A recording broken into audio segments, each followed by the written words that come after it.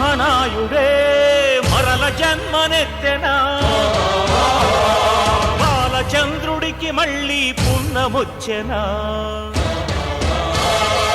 ఆంధ్రుల విప్లవ జ్యోతి అల్లూరే మరల పుట్టి అక్షయ తూణీరంతో అభయహస్తమిచ్చెనా, మా బొబ్బిలి పాపడై మా కాకటి రుద్రుడై తెలుగు వీరలేవరా, దేశమేలు దేవరా, దీక్షభూని సాగరా దిక్కుమాకు నీవెరా. తెలుగు వీరలేవరా, దేశమేలు దేవరా, తెలుగు వీరలేవరా.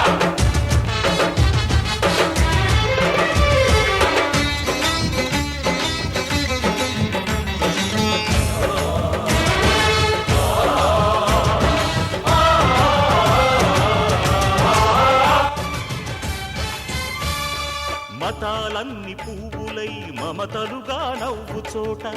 క్షత్రియ కుటుంబ సభ్యులందరికీ నమస్కారం అండి. రేపు అనగా 28/12/2025న సంయుక్త క్షత్రియ సేవా సంఘం ఆధ్వర్యంలో శ్రీనగర్ వద్ద గల రైల్వే క్వార్టర్స్ లో మన క్షత్రియులందరికీ కూడా వన సమారాధన ఏర్పాటు చేయడం జరిగింది. కావున ప్రతి ఒక్కరూ కూడా క్షత్రియులందరూ కుటుంబ సమేత సపరివారంగా విచ్చేసి వన సమారాధన కార్యక్రమాన్ని జయప్రదం చేస్తారని మనస్ఫూర్తిగా కోరుకుంటున్నాము. అందరూ సరదాగా గడిపి మన రాజుల ఐక్యతను ఐకమత్యాన్ని చాటి చెప్దాం. కదిలి రండి, కుటుంబ సమేతంగా కలిసి రండి. జై క్షత్రియ, జై జై క్షత్రియ. క్షత్రియ కుటుంబ సభ్యులందరికీ నమస్కారం అండి.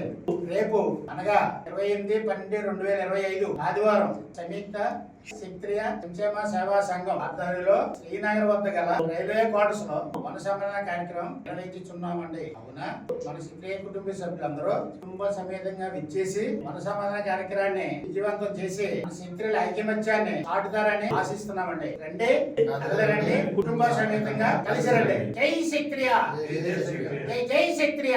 క్షత్రియ కుటుంబ సభ్యులందరికీ నమస్కారం అండి.